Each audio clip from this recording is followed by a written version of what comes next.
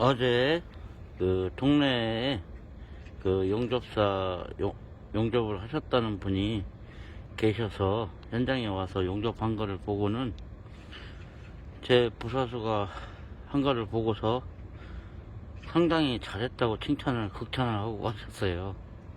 이제 그분이 용접을 평가하는 유관검사의 방법이 뭔고 하니, 처음에 스타트 될 때는 여기가 모재가 충분히 열을 안 받고 초기 전류가 좀 약하게 용접봉도 녹아야 되기 때문에 좀 도톰하게 되는 현상이 있습니다.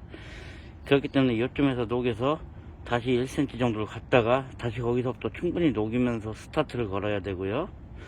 쭉 가면서 끊어지는 부분에서 전기 용접봉 같은 경우에는요, 여기가 움폭 패입니다. 그러면 어떻게 용접을 하냐면 거기 똥을 띄고 다시 이제 여기를 좀 충분히 지져서 비드 두께를 맞춘 상태에서 다시 앞으로 나갑니다. 그리고 끝나는 부분, 용접이 끝나는 부분에서는 한 방, 두 방 정도 꾹꾹 지져갖고 그 자리를 메꿔주는 거예요. 그분이 이제 그런 걸 놓고 평가를 하시는데 가장 기본적인 겁니다, 이거는. 그리고 여기서 전문적으로 들어가면 언더컷이라든지 뭐 홀 같은 거, 브롤 같은 게 생기는 경우까지도 따지고 이제 뭐 하지만 이 제가 말씀드렸다시피 경량 철골교에서는 그런 게 큰 의미가 없고요. 용접이 이렇게 다 붙어 있으면 뭐 큰 의미는 없습니다. 제가 볼 때는 그렇고요. 그리고 이 부분 이렇게 돌려주는 게 좋고요. 어차피 요즘은 이제 품질의 시대이기 때문에 예전에는 트러스 용접을 요만큼, 다시 여기서 요만큼, 다시 여기서 요만큼 이렇게 지져주고 말았어요. 그때는 뭐였냐면 용접봉 값도 비싸고 용접사 같은 경우도 장비를 갖고 와서 하면 인건비가 다른 사람들보다 좀 비쌌기 때문에, 그렇기 때문에 그 작업 능률을 빨리 하기 위해서 그랬던 거고요. 지금도 물론 비쌉니다만 지금은 이제 품질을 원하는 시대가 됐기 때문에 가급적이면 용접사분들도 이렇게 해주시면 좋을 것 같고요. 이런 부분을 용접사인데 잘 모르시는 분 계시면 현장으로 오세요. 제가 충분히 그 정도는 가르쳐 드릴 수 있는 능력이 되는 사람입니다.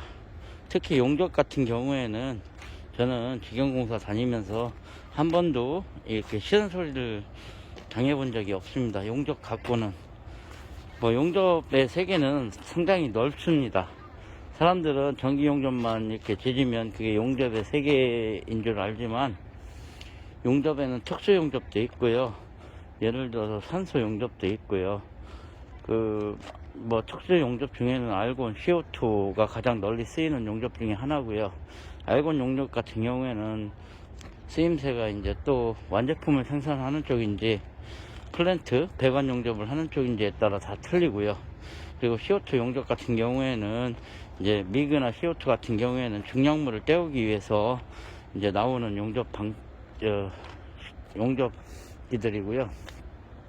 그렇기 때문에 제 부사수가 용접을 배운 지 제가 알기로는 한 3, 4년 정도밖에 안 됐을 겁니다. 근데 제가 자세를 다시 교정해 주고 이렇게 시켜보니까 잘 따라와요. 기본적으로 조금 알고 있었던 부분도 있었지만 용접은 처음부터 제대로 된 방식을 누구에게 배우느냐가 상당히 중요합니다. 왜 그러냐 하면 쇠설 버릇이 여든까지 간다는 속담이 있잖아요. 한번 자세가 인이 박여버리면 그 자세를 고치기가 상당히 어렵습니다.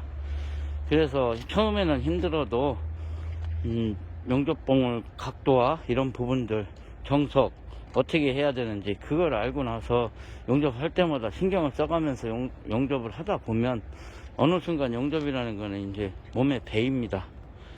저 같은 경우도 실례로 예전에 그 건설업체에서 대나우시 공사가 나서 안전 난간대를 만들 때 파이프 점용접을 72시간 동안 밥만 먹으면서 그 작업을 해본 적이 있어요.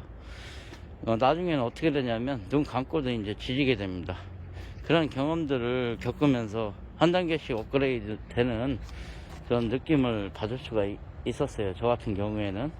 물론 지금은 거리가 먼 얘기겠지만 그래서 이런 용접들, 자기가 용접사인데 이런 내용을 정확히 모르시거나 이런 거는 제가 감으로 알려드려야 되는 부분이 많이 있어요. 손을 잡아드린다는 표현을 쓰는 게 이런 부분입니다. 이런 부분이 모르시는 용접사분 계시면 현장으로 오세요. 제가 충분히 가르쳐 드릴 수 있습니다. 제 부사수도 많이 가르쳐 준 게 아니고요. 이건 뭐 한 두 번밖에 안 가르쳐 줬어요. 한 10분 정도? 그러니까 여러분들도 충분히 하실 수 있으니까, 이런 정석을 알고, 그리고 용접을 얘기할 때도 어느 정도 이런 기본기를 알고 말씀을 하셔야, 서로 대화도 좀 잘 통하지 않을까 싶은 생각도 들고, 이게 어떻게 보면 가장 이제 집에 근본, 뭐라고 해야 되나, 근본적인 구조가 되는 구조체예요. 그렇기 때문에 이런 부분에 용접들이 정확하게 잘 이루어져야 된다는 거. 근데 말 맞다나 뭐 누구 말맞처럼 이걸 품질을 어떻게 보증할 거냐, 그러면은 예를 들어서 공장에서 나오는 제품들은 용접 품질을 어떻게 보증합니까? 그것도 다 사람이 아직까지는 하고 있는 용접들인데, 기계가 하는 용접들은 많지 않아요. 솔직한 말로 배 만드는 데나 가야 있을 정도고, 아직도 H빔이라든지 건설 현장에서는 주로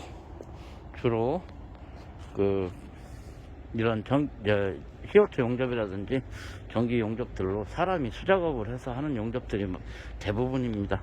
거의 한 98%입니다. 그렇기 때문에 용접 피드를 검사하는 방법과 어떻게 봐야 되는지, 이런 부분들, 그리고 가장 근본적으로 용접을 배울 때 하는 얘기들, 그 원칙을 놓지 않고 가는 게 상당히 중요한 내용인 것 같습니다. 원칙만 조금만 지키면 누구에게나 다 잘했다는 소리를 들을 수 있는데, 그 원칙도 몰라서 그런 것도 개념이 없는 분들도 사실은 제가 알기로 있는 것 같아요. 솔직한 말로 그런 분들 한번 오세요. 그럼 제가 정확하게 가르쳐 드리려니까. 그래야 여러분들도 어디 가서 떳떳하게 나 저 용접사입니다 하고 일당을 받아도 사람들한테 뿌듯한 거 아니겠습니까?